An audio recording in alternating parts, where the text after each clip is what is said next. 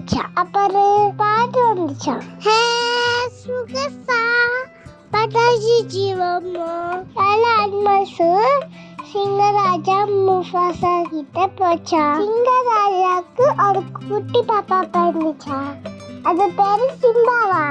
அப்ப ஒரு குரங்கு வந்துச்சா. சிம்பாக்கு பட்டு வச்சுட்டு தூக்கி எல்லா அனிமல்ஸ்க்கு காட்டுச்சா. குட்டி ராஜா வந்துட்டாவன்.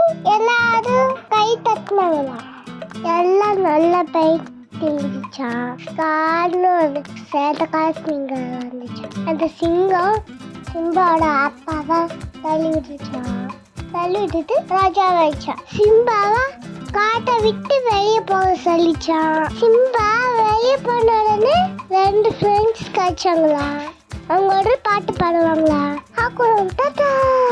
அவங்க பேரு டிமோன் அண்ட் பும்பாவா.